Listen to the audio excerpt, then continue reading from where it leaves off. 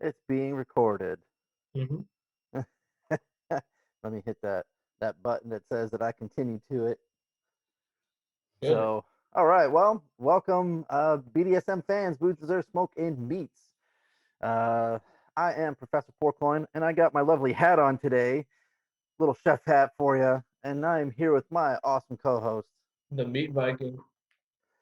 So, we're going to continue with our journey around the U.S., and we have hit Colorado. So Colorado is a pretty interesting state. Um, but before we get to that, though, I feel like we have to have the safe word. Hmm. So because we're talking about Colorado and we're going to talk about Coors, I think we have to have Bud as our Uh, safe word, safe that's word or fair. Budweiser because it's like the competition. And Yeah. then when we hit Missouri, maybe we can have um, Molson or Coors or something like that as the safe word for that episode. I'm down for that. So, but what do you got in the cup, man? Anything? No. After today's session, I do plan on going somewhere for a drink. So it is a another dry day on my end. However, next episode most likely won't be. Okay, fair enough. How Feel was like I'm, your other drive that you had? uh, we You got said it was home. about 2 hours, right? Yeah, we got home around like 1:30 in the morning. That's a long ass drive. That's a long ass day. Yeah, yeah, it was. And then like just the I was didn't drink anything, but I felt hungover the next day just because I was exhausted. Yeah. That Okay. that was fun. Well, I had some vodka and some juicy juice, or not Oh, juicy juice. What the hell is the other crap? It comes in a big gallon jug. milk? No, not milk. Why the hell would you mix vodka and milk? That's horrible. I didn't. You said it comes in a big gallon jug. That's Yeah, where my mind went. it's a fruit juice. Hawaiian punch. Hawaiian punch. There you go. There you go. Hawaiian punch. It was some fruit punch, whatever. So it makes great with vodka. That's what I got today. But continuing on, I guess the first thing to talk about, obviously, is Coors, man. So what's really interesting, Coors is pretty old. They started in 1873, so not the oldest one. The oldest one we'll get to in Pennsylvania, and I think we kind of talked about that in some beer episode a while before. But Yingling is the oldest one in the U.S. But it's really interesting to see how old this brewery is, and it actually came from two people who emigrated from Prussia, and Okay. they came to the United States, and they established their brewery in Golden, Colorado. So what I didn't know though is that they actually bought a recipe from a Czech immigrant. Oh, So they bought a recipe from this guy, and then that's their Pilsner style beer. That's the thing that everyone is has been drinking for that long. Um, so the guy's name was actually Adolf Coors, and then there was a Jacob Schuler, and Jacob actually invested way more money into the whole entire brewery, um, and then Adolf wound up just buying him out later on, and it only was 3 years. So it was in 1880 is when he actually bought this dude out and became the sole owner of that brewery. Now I know now I think it was what 2005, 2004, something like that.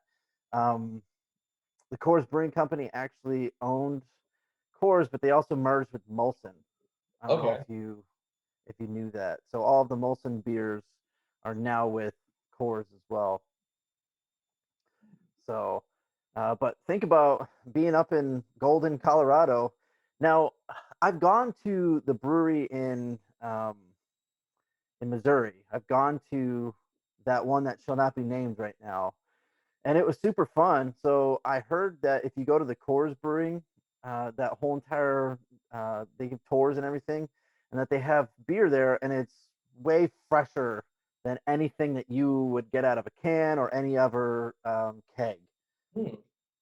and that it's like you are drinking the not the nectar of the gods, but you are drinking like really fresh Coors. And I don't know. I don't know if I would. um say that that's true or not. I don't know. I'm not a big like Coors drinker or a Budweiser drinker, anyways. I mean, as it's kind of been told in the scripture of the BDSM podcast, that I prefer my stouts and my porters. However, I mean, there's probably some merit to it. You Like know? I've gone to breweries before and I've gone to cideries and things like that, and yeah, I mean it's better when it's off the tap, but I mean it's Coors though. Yeah, Like, do you think that that's got to have something with it, you know? I don't know, man. But I think that you can only get what is it? Apparently they have like the Coors original, like that gold can, not Coors Light, but I think that the only place you can get it is at that brewery. Huh. So I I always don't know. thought what they did with their can, the whole they've got like that outside thermometer on it. Somehow Oh it yeah, the melted in the when they can. turn blue, you know it's ready to drink. Yeah, Yeah, the Silver Bullet yeah, Coors Light cans. They were cheap back in the day, although not as cheap as things like Milwaukee's Best, but right. still definitely drink some of those things. I don't think I've Um, ever actually seen a 40 of Coors either. 40? No, I don't think they have 40s. Yeah, They have they have pounders. They have the tall boys, right. but I don't think there's a 40. There might be though. So I didn't realize that Coors actually only marketed to the west side of the U.S. So from like Texas over for the first like quarter of their existence, maybe a little bit longer than that. I can totally see why though, because if you're in Colorado, right, like, don't you think that you would go around to the states that are closer to you? Because back then they didn't have all that extra way to ship everything. Right. So I could totally see how it'd be easier just to drive stuff down. So, but now, I mean, it's sold in all 50 states and provinces and whatnot, so you can get Coors Light, Coors just about anywhere. But what I did find out though is that they were the first American brewery to actually use an all aluminum um, two-piece can. Oh wow. So like when you're in the brewery or when you're bottling or when you're canning, you know, all the beer and everything gets put in and then they spin that top on. Hmm. So keeps the freshness and everything. Which I also saw a video the other day of some guy opening a can just using his hand and pulling off the top. Yeah, I seen that video, and I was like, "How does that work? Where's the mechanics behind this?" I mean, I think they just use glue to put that top in there, so you could easily just pop it off. But I almost feel like I want to try it just Right. to see if I can do it. I mean, because the video that I saw, the guy did it, and then the other dude responded to be like, "There's no way that you could do this, no way," and then pops it open. So it can't be that hard, right? I don't know. The one I saw, the guy he gave it the old college try. He ended up getting it off, but Yeah. it took him a couple of tries. Um, Just because like that's a great party trick too. Like the next time you're out, and somebody's like, "Hey, hand me a beer," just go. there you go. The other thing that I saw too is that if you push your thumb in with at the scan, like the barcode, Hmm. then you can pop that in quick enough that you can shotgun the beer. Yeah. That way you don't have to take like a knife or anything to pop it open. You can just pop it open with your thumb. What will they think of next? I don't know, but Coors also has been pretty good when it comes to innovative other things. I mean, they had that aluminum can, but now they actually later on in the 70s, instead of the ring pull tab, do you remember any of those? You know, if your dad ever bought any of those, or maybe your grandfather. The ring pull tab. Yeah, you actually used to pull the tab off with the beers, not crack them open. Oh, You actually used to pull the ring off, and huh. that was how you opened it up. No, I don't remember those. Yeah, well, they actually did a push tab, and apparently it was not well liked. So they wound up doing the newer one where you can actually crack them open. So Now I'm kind of curious to know. I can't remember who did it. I don't know if Coors did it or if it was the other people. But you remember when they did the wide mouth cans Yes. because it was easier to pour those things out instead of just the small tiny, and then everybody started doing it. Hmm. So I don't know who wound up doing it, but I remember seeing the commercials for it way back when. Yeah, because you used to feed it to that fish, right? Used to give the largemouth bass a beer. Yeah, The wide mouth can was patented by the American National Can Company slash Coors Brewing Company in February of 1996. so Coors actually did do it. Mm-hmm. Okay, good for them. Yeah. So you also know that Coors is part of Miller too, right? I mean, I do now, but Yeah, I was looking up here. The actual opening is 40% wider than that of the state can from yeah. back in the day. Drink more beer. Drink more beer. So yeah, Miller Coors. It's actually Miller Coors now. Um, so that also gave them a little bit more extra stuff because now they can do. Oh man, what's that other one? Um, Blue Moon. They've got Blue Moon now. So Okay. all that stuff's underneath. And then I think Anheuser Busch. When we talk about them later, I mean they were bought out by some European company, and then they have their huge fair market of beers. You know, if Yeah. you go to the grocery store, you have Miller Coors and you have Anheuser Busch, and then you have like smaller ones. Mhm. I can guarantee you that 3/4 of that aisle that you have is probably from Anheuser Busch, Oh or yeah. I think InBev owns it now. But It's weird because we had brought up Molson earlier. I was relatively certain that Molson at one point was owned by Anheuser-Busch. I mean that might have been. I'm not 100% sure on that. You probably can look it up quicker than I can because Molson was is a Canadian beer.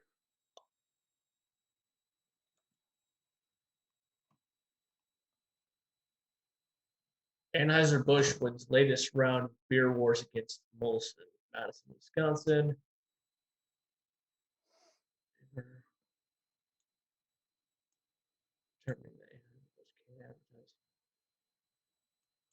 Oh, that's interesting.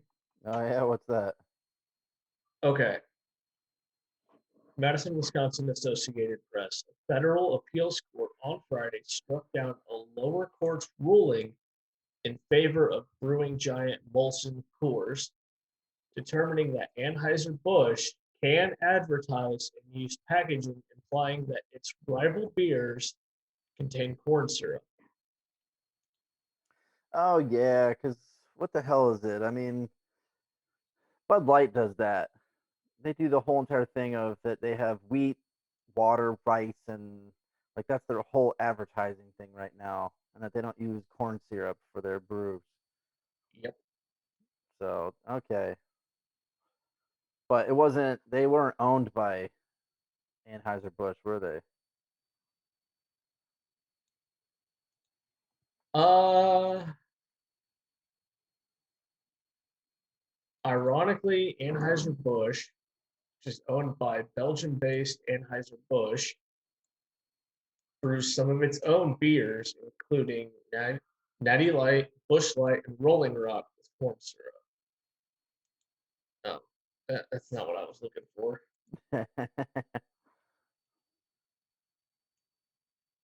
Okay, they did at one point in October 11th, 2016 is when they sold over to Coors, it looks like. Hmm, okay, I did not know that. Mhm. Did you happen to find any other beers? Because I know Colorado is known for its So beer.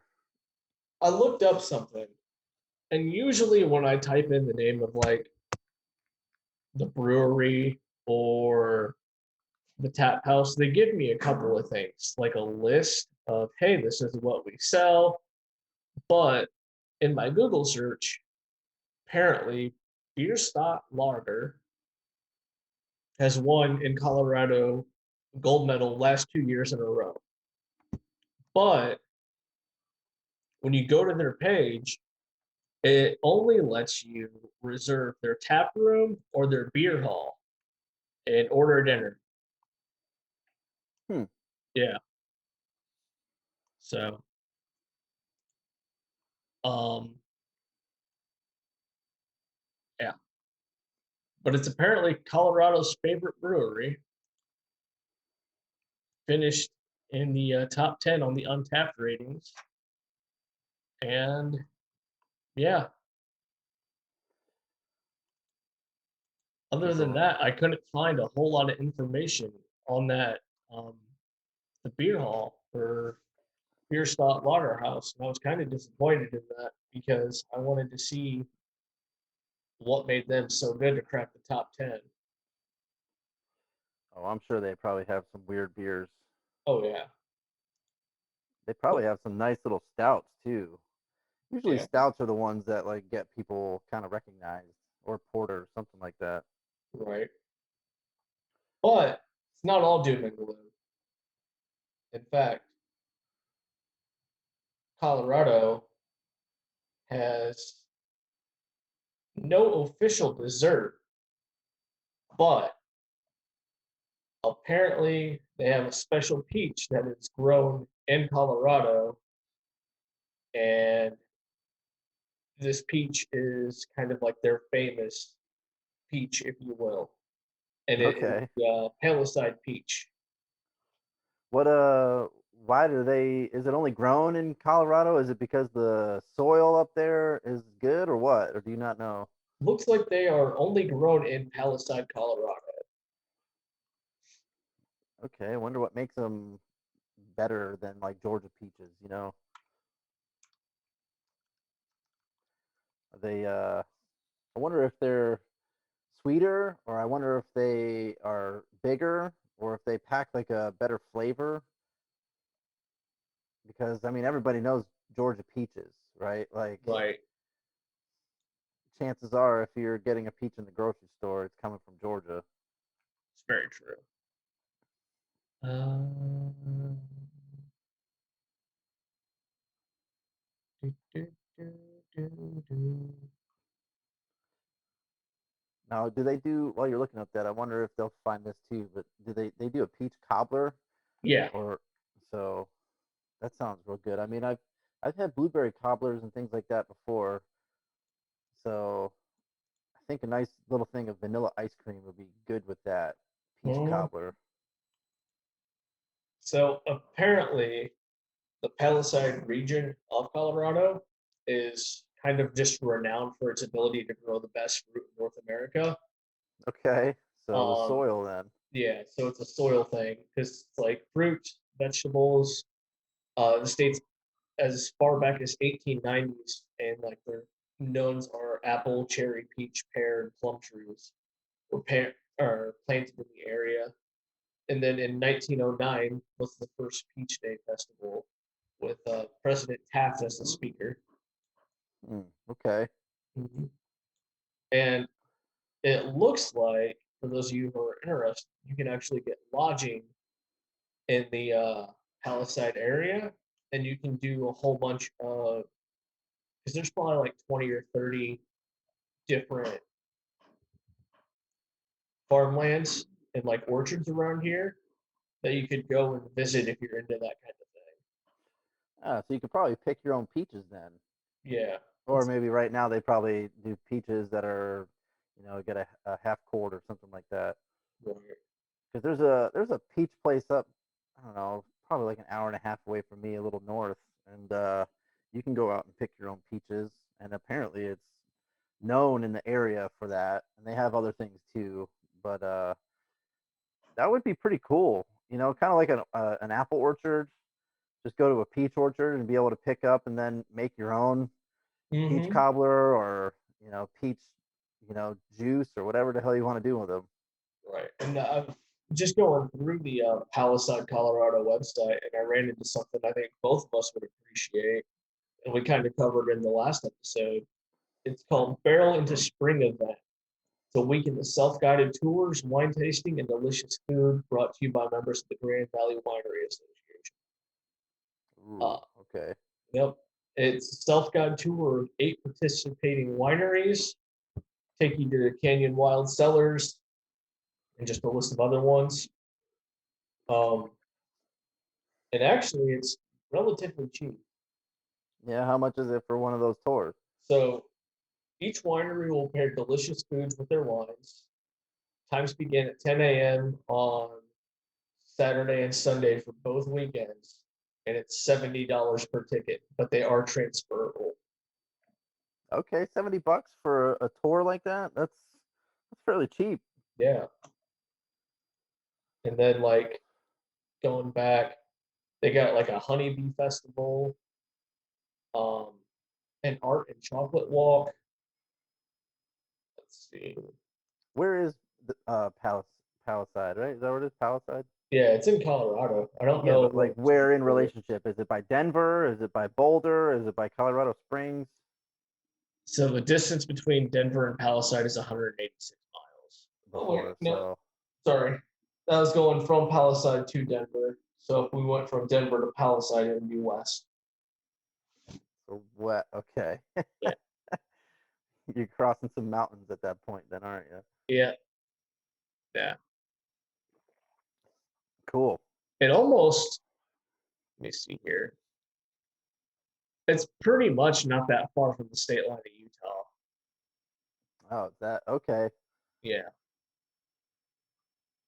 So like if you went from say Green River to That was a couple hours away from Denver. That's not bad. nah. Well, one of the foods that I looked up that I didn't even know apparently is a thing is called the Colorado Mountain Pie. Okay. Now, it's not what you think. It's not a pie in the sense of dessert, although they make them like that, but it's actually pizza. It's a style of pizza. Ooh.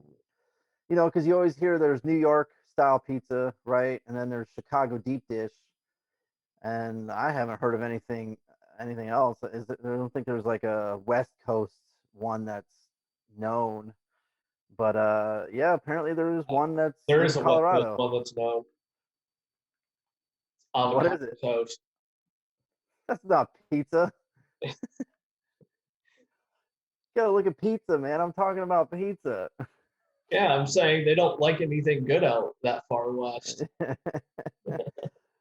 Well, apparently it gets the name mountain pie is because the dough it essentially rises a lot higher than your normal pizza. So instead of the round, the edges where the crust is, and it's kind of slightly raised, this one's where it's actually raised high enough that it looks like mountains, and then they load a mountain pile of toppings in the middle.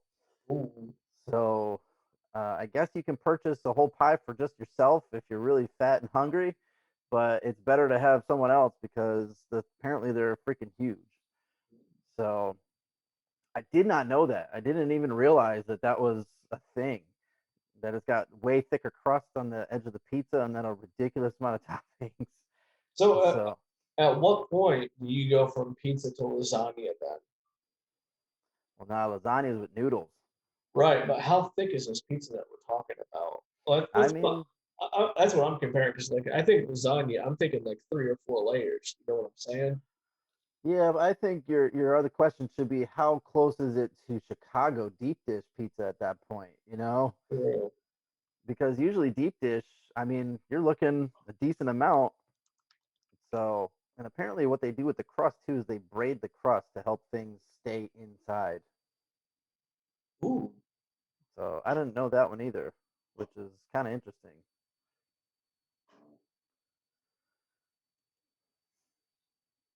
It looks good. I mean, some pictures that I've seen, it looks good to try. I think I might have to give it a shot. I'll be going to Colorado in the fall. I'm gonna coerce you here and just prove that I'm damn near right on this, okay? What'd you find? All right.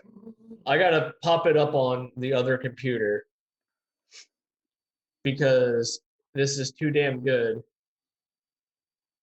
to not get winning points for.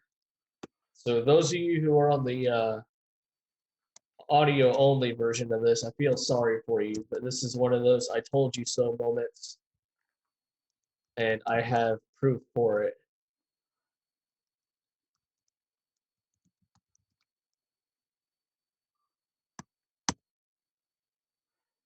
All right. So let's pop in here. We'll do a little screen Do a little share. screen share of it.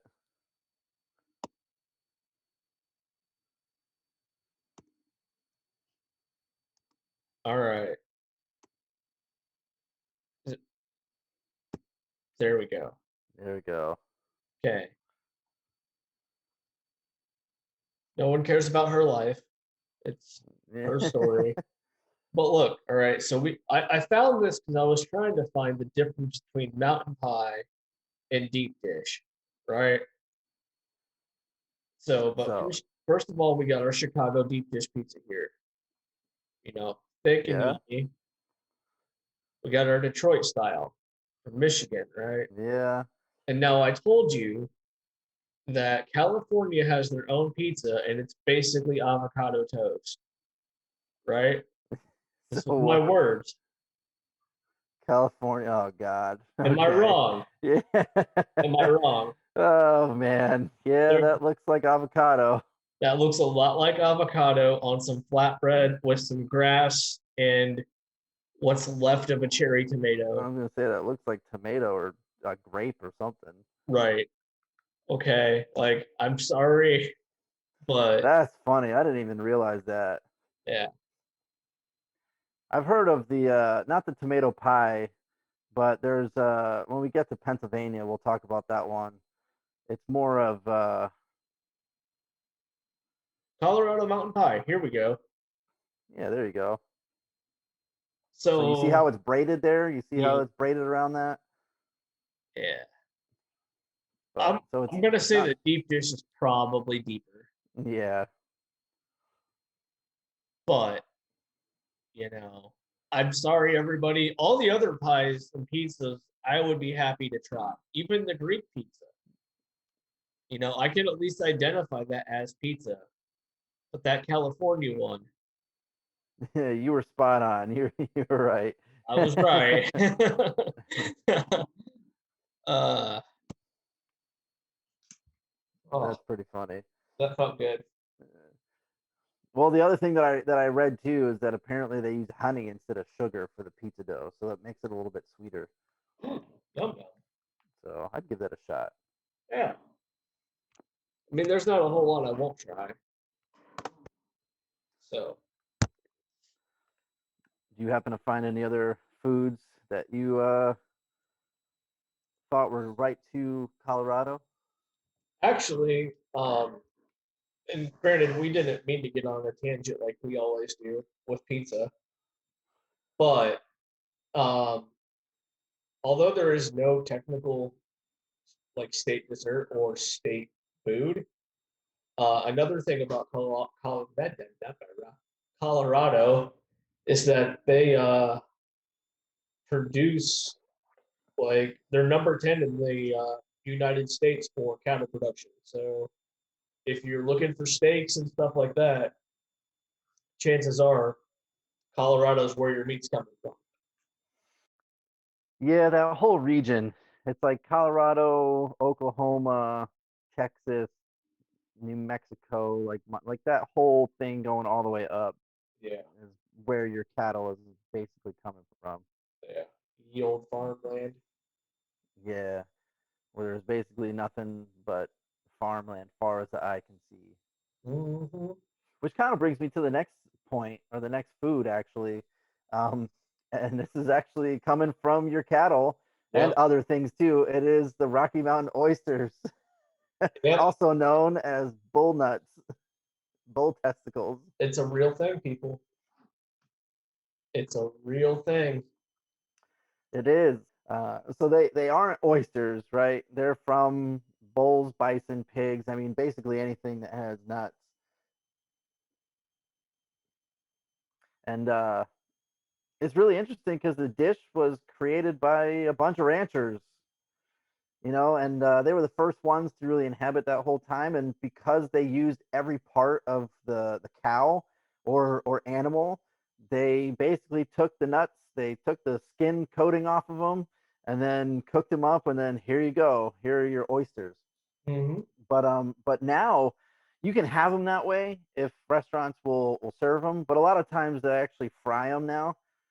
So they'll cut everything up for you, fry them, and then usually serve them with fries. But they have sauces. Typically, it's a cocktail sauce or a red sauce that you can dip it in. So even if it tastes like garbage, I'm sure you could probably mask the taste with some other things like some salt, some ranch, or maybe even some cocktail sauce. Well, and like here's the thing is just doing some because I've known about Rocky Mountain oysters, but I haven't had any. And apparently it kind of just tastes like breaded venison, but some people also kind of say they taste more like calamari, which Oh, okay. I can understand. So, but yeah, Well, apparently they're rich in vitamins, minerals, and protein. yeah, I mean, So, that's but that's what that organ do. yeah, but the thing is though, eating them is not going to have any impact on your hormone balance. Basically, I'm sure that stuff gets cooked out and it just turns into just meat at that point. Right. But got a bunch of different names though. So Rocky Mountain oysters are kind of one of them, but they also call them prairie oysters. They call them cowboy caviar, swinging beef, clearly because Yep. those things be swinging around. Bollocks. So basically, Rocky Mountain oysters is the main one, but they have plenty of other that go around. So if you look at a restaurant, if you're in Colorado or if you're in some of those other ones within the Rocky Mountains, you can definitely find yourself some of them bull nuts. Hmm. What's funny though is that we weren't the first country to do that. Actually, the Romans believed that consuming the nuts made you more fertile, and it had a lot of things to remedy ailments, and particularly if you were a male with like erectile dysfunction, because they were considered to be an aphrodisiac. So for people that don't know what an aphrodisiac is, it's something that you consume to heighten your sexual pleasure or sexual arousal. Now, there's no scientific evidence that states that doing these things is going to be good for your sexual health. It's like the old oysters and chocolate dipped strawberries kind of thing. So yeah, Yeah. I think I'd Um, rather take the chocolate dipped strawberries any day. That's just me though. but again, even those, there's no evidence to prove that that would heighten your sexual arousal. That's true. Man. But yeah.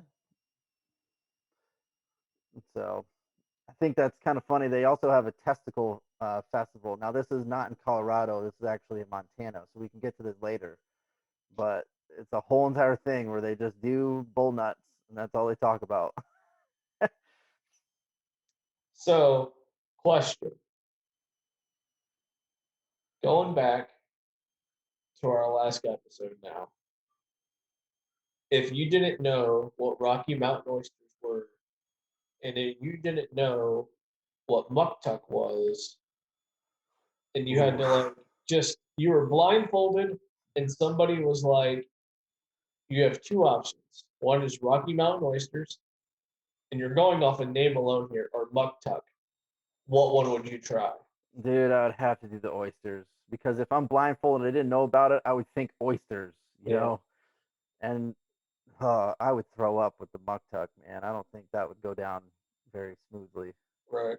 See, I think they would win one over on me here because I know what oysters are. And so I'd be like, I don't really feel like an oyster, so I'll try something different. And I think they would get me with that. Yeah, you'd be the one to be like, I'll try something of that muktuk then. I don't want oysters, and then go, Yeah. so um, the one thing that I also found out too about these Rocky Mountain oysters, apparently they've been brewed. What? They have made a beer out of it. It's a Rocky Mountain oyster stout.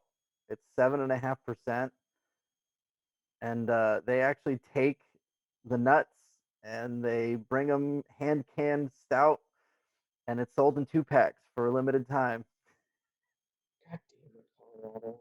But it's got rich flavors of chocolate, espresso, and nuts. Apparently, Yeah, I wonder where the nuts come from. I wonder if it makes it a little salty. So, but Rocky Mountain oysters. What? Why? I don't know. A lot of times, I've had people tell me they've had them, and they'll actually blend them up. No. I'm just like, why would you make a beer out of that? I mean, why wouldn't you? It's true. You can Dude, probably just sell it for ridiculous amounts as a gag gift. probably, but I mean, people have made beer out of just about anything. I mean, someone before took yeast out of their own vagina, scienced it all up, and then brewed beer off of that. So what? People are crazy. I forgot that was a thing. Yeah. So God damn it, people. I know there's one more food that I like.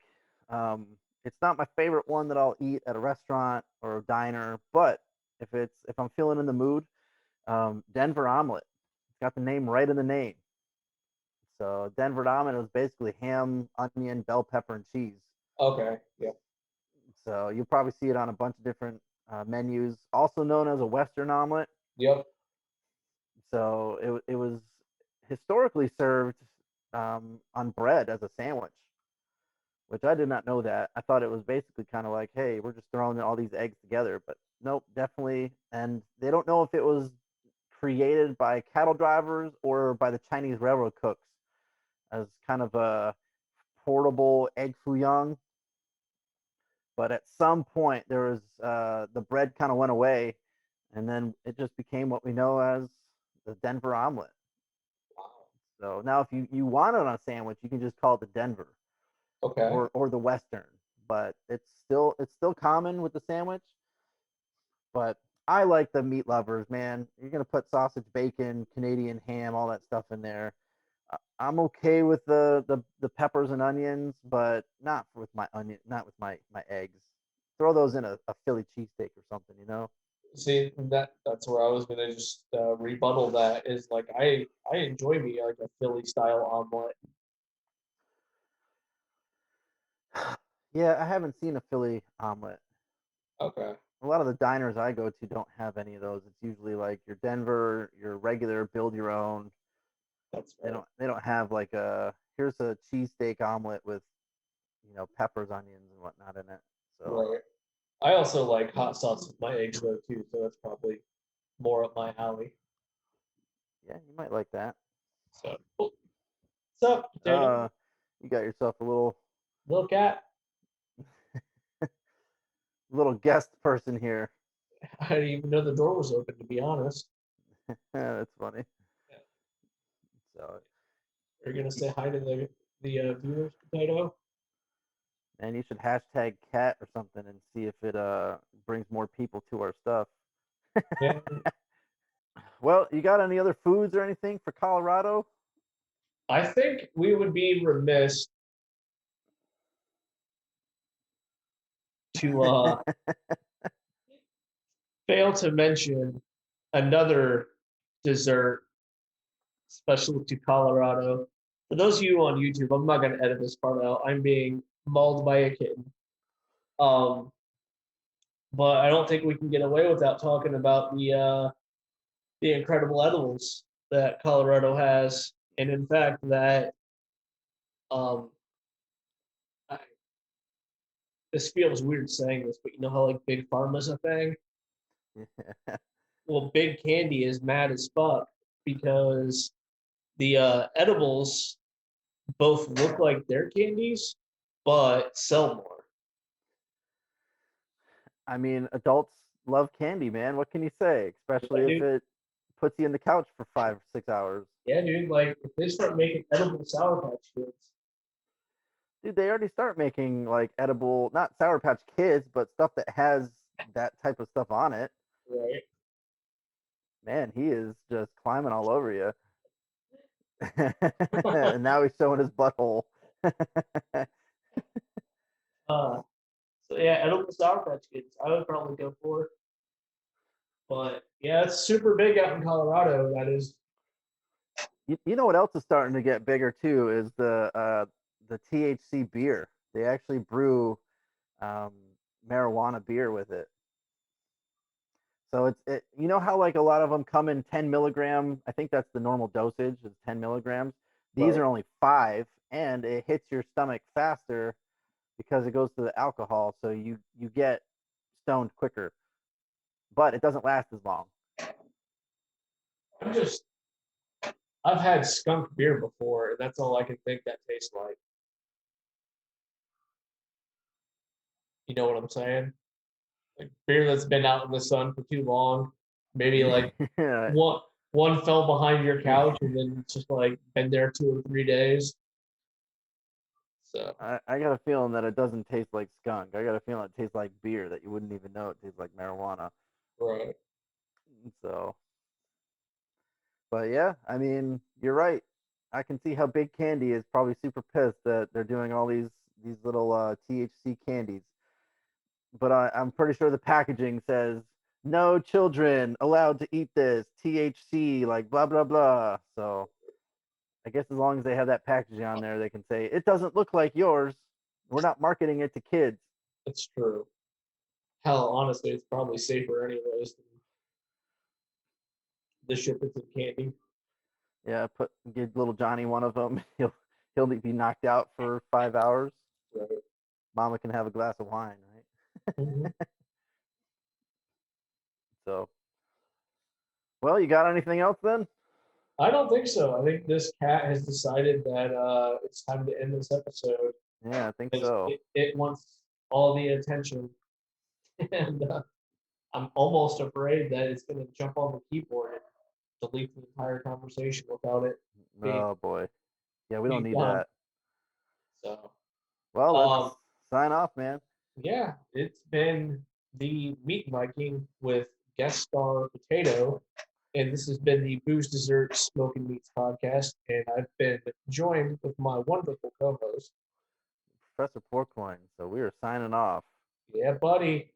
See ya.